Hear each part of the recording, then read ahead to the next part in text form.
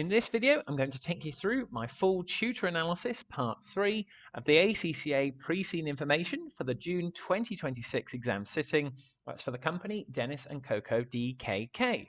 My name is James, and if you'd like access to my exclusive SBL notes you can see above me that have helped students around the world to pass their examination, just click the link in my bio or down in the description of this video and you can download a copy yourself. I'm also delighted to say I'm affiliated and associated with Astranti, and they offer mock examination packs and pre-seen analysis packs specifically based on the actual June 2026 exam sitting for Denis and Koko DKK. And if you'd like to check those out to help you pass your examination, click the link in my bio or in the description of this video and you can check those out. And for pure transparency, as always, if you were to purchase anything, I've been entitled to a small percentage that goes to supporting the channel. As always, a massive, huge thank you for all your support. I'm so pleased the videos are helping, and let me know in the comments if you have any questions. I will get back to you on there because that could be the difference in getting you that 50 plus and being on the way to passing your SBL exam. So now let's move on to the critical success factors, and there is plenty of information on here and different characteristics that you need to be aware of ahead of your exam. So clients choose a salon based on a few different factors, and there are 4 of them: price, location, skill and experience of the hairdressers on there, and if they offer a clean and inviting environment. Sort of all the things that you would like, but note down those 4 key customer factors that you could apply on your exam day. In terms of the customer loyalty, although a small proportion of clients will travel a long distance to their preferred salon, most clients select a salon in their local area. So this is where, if you go back up to page 2, chains with more than one salon are actually in the same region, town or city for total presence. That's where they'd rather be in the same area. People are in close proximity and they'll go, oh, well, if I can't go to that one, I would rather go to that salon there as a result. And the key characteristics in terms of what DKK have and that clients really are looking for when they go to actually get their haircut is they want a better quality haircut, so the staff are skilled, experienced, and they undertake CPD. The location is in a popular area, encourages walk-ins on there, not overbooked. Basically, ease to get a haircut rather than having to make a special journey. But it is worth noting on there, you'll see later on in the actual analysis of the full notes, that DKK don't actually accept walk-ins as well. Next is easy access, public transport or car parking on there, so less friction to actually get your haircut. What the customer expects to pay for, so their managers have good business knowledge as to judging based on someone's hair what they would actually recommend. Appointments are easy book and start on time. This is where you'll start to see issues in terms of it's still a very manual process. There are no online bookings. This is where a potential digital transformation could come in for DKK. Prices are transparent, whether that be online or actually in the salon. But again, it depends how this is shown. Social media, website, all these sort of different factors. And lastly, high quality hair care products are used. DKK has this their advantage that they use premium products and they deliver a premium service. That is all on page 2 for you to consider there, and why some customers who have a high net income and disposable income on there will choose to go to DKK from the actual products they offer. We then come on to some of the retail products. So for DKK, and it's with their actual premium products on there, it draws in the clients. It's particularly good for business itself, and it has a strong brand, and clients are more likely to choose that business over a competitor if they have those retail products that are exclusive. And there we can see in my little notes on there on page 12, this accounts for 6% of DKK's revenue, and customer loyalty to their hairdresser is another major factor that you can see here. Strong relationships are formed between the hairdressers and the clients over years. It's linked to the lack of skilled staff on page 11 in the risk register, but the key phrase for you to get down is hairdressers move to another local business, clients may move to that business too. This is one of the risks that DKK faces, that they train up their staff, they get really good at what they do, they have all their CPD, and then they leave, and then they go set up their own salon, taking the clients with them on there. This also links in nicely to challenges within the industry, and Porter's 5 forces, SWOT analysis on there are definite theories that this part of the pre-seen materials it could link to. So when you see straight away very high levels of competition, barriers to entry are very low, and the industry faces little direct regulation and startup costs are not very significant. In other words, anyone can pick up a pair of scissors to actually start cutting hair on there. And in terms of the levels of competition, that is one of the factors with importers that you could apply in terms of the challenges of the industry. There are opportunity costs as well, as to there are much cheaper alternatives. You can actually have video guides to do it at home rather than visiting a hairdressing salon, so making it more relatively cheaper. On there, competitive pressure of the industry and good quality hair products and dyes already out there, so why not do it yourself? Staff retention is a key risk factor for DKK. You'll see it in the risk register on page 11 on there. But this is a key point that currently more than half of businesses have unfilled vacancies. So hairdressers are leaving to set up their own businesses. Vacancies are taking a long time to fill up due to a lack of candidates and required skills and experience, and fewer people are entering into the industry with a shortage of assistants. And you've kind of got a question from a professional skepticism point of view as to actually why is this the case? It links to staffing issues that are throughout the pre-seen materials. But do they need to actually pay the hairdressers more, better perks, get them on board in terms of shareholding of the business? Maybe the industry is changing on them.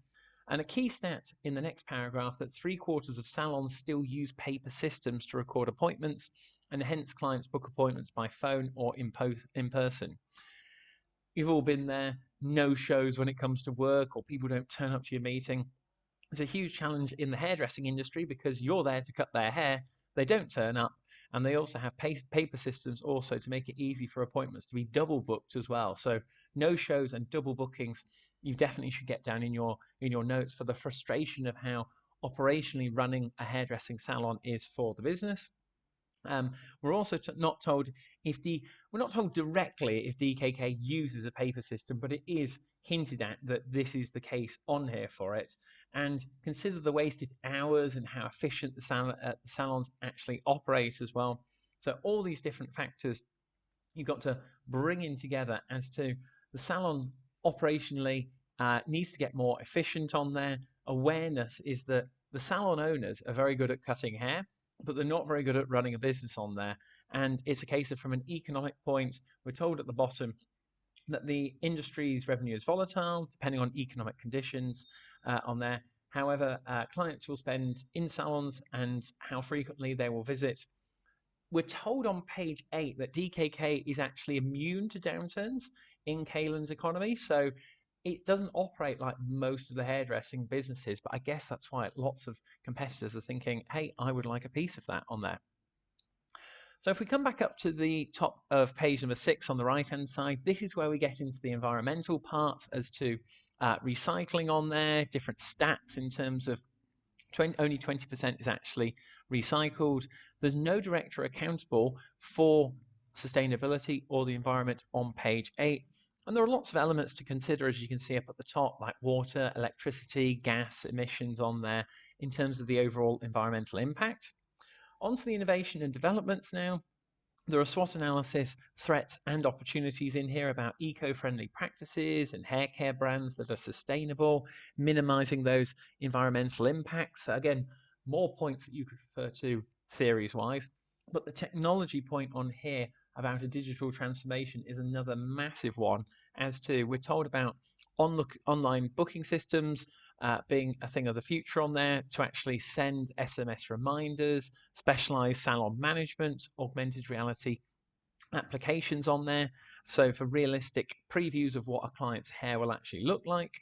Then we're also told about social media solutions, and also the fact that DKK doesn't actually leverage social media much, so that could bring into points and allowing the marketing director to be referenced correctly. We're not told that person's name, and we'll come on to that later on. But on page 11, social media is on the risk register. Digital transformation hints on here could be linked into a SWOT analysis and opportunity points, of course, with pestle and technology levered in there as well. We are given some KPIs, key performance indicators, and this is the only place where KPIs are mentioned. And the only other place is on page 9 on there, where the retail sales have dropped and a target was missed for 2005. We'll come on to that later on in the recording. we are told about these 4 KPIs. Now, 2 of them have no paragraph, the appointment booking rate and the revenue per appointment hour. So look out for those on the exam day, could be given in an exhibit. But we are given the KPI graphs for client retention and staff satisfaction on page 12.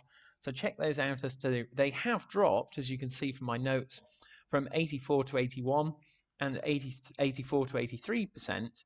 But nevertheless, a staff satisfaction of 83%, a client retention of 81%, that's 4 in 5 people come back, which in a competitive industry, that is very good on there, I would say. We've also got to consider about the revenue per appointment. I've linked in on my notes on there, but what about customers who walk in and pay? Does that count as an appointment on there? And then we're also not given any figures provided in the pre-scene for calculating the appointment booking rate. Again, could come up on the exam day, just something to be aware of for your notes. We're now going to look on to the industry body, industry standards and legislation in Cayland. Key point to get down here, hairdressing industry in Cayland is unregulated, so a legal point for a pestle analysis on there. And there are no legal or statutory requirements for a business to be licensed for hairdressers or hold specific qualifications. So that nicely links into page 7 for the Hairdressing Standards Association, encouraging salons to actually sign up.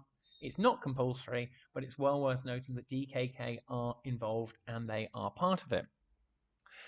Hairdressing businesses, like others, have compliance issues, and what if this is not done in terms of that patch test on there, possible risk of lawsuits, fines and penalties.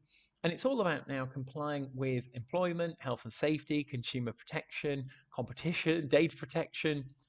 It's one of those paragraphs that you go, something is going to go wrong on your exam date, and they want you to deal with it in your answers. And I think there's lots of variables at the back end of page 6 there that could be referred to. So definitely get those noted down on there. Next, we're going to come on to one of the key associations. That's the Hairdressing Standards Association on the left-hand side. DKK is registered and has joined this, so remember it. There are 2 key factors that they are part of that association: raising standards and improving professionalism. So anything that links into that on your exam day, make sure you refer to it.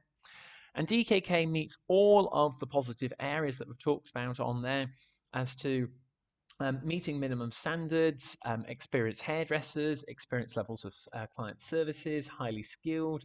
But these are the things that all the hairdressers actually provide. So if you're starting to lose good staff, that is where you need to be aware of it. And we're also told about halo hair and trims, that they are rated on there very good, and trims is rated good. So they have some room for improvement as well. The next parts in terms of the HSA is about the development for hairdressers to actually undertake. So they provide a range of qualifications on there, college courses, all the rest of it. And HSA also hold prestigious and popular exhibitions. So we're not told what involvement DKK has with these events. Again, it could come down to that marketing director, page 8, you can see on the right-hand side, you could refer to.